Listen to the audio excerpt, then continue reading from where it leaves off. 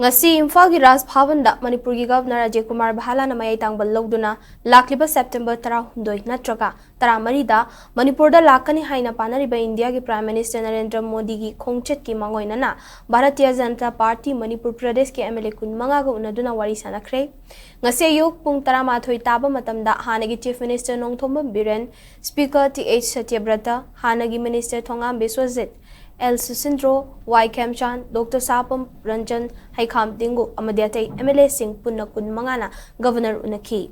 Tazabayaba Pau Amana, Governor na, MLA Kun Manga, Louduna Wari Sanaba Aduda, BJP Manipur Pradesh ki President A. Sarda, Manipur Lainga ki Chief Secretary, Security Advisor Amadi DGP Sumi from Aduda Sarugyaki, Manipur da Numit Kharani gi Matungda, India ki Prime Minister Narendra Modi lakani haina panadingai cherakta, kari karamba agenda da Governor Unaribano haina wahankaya lakli.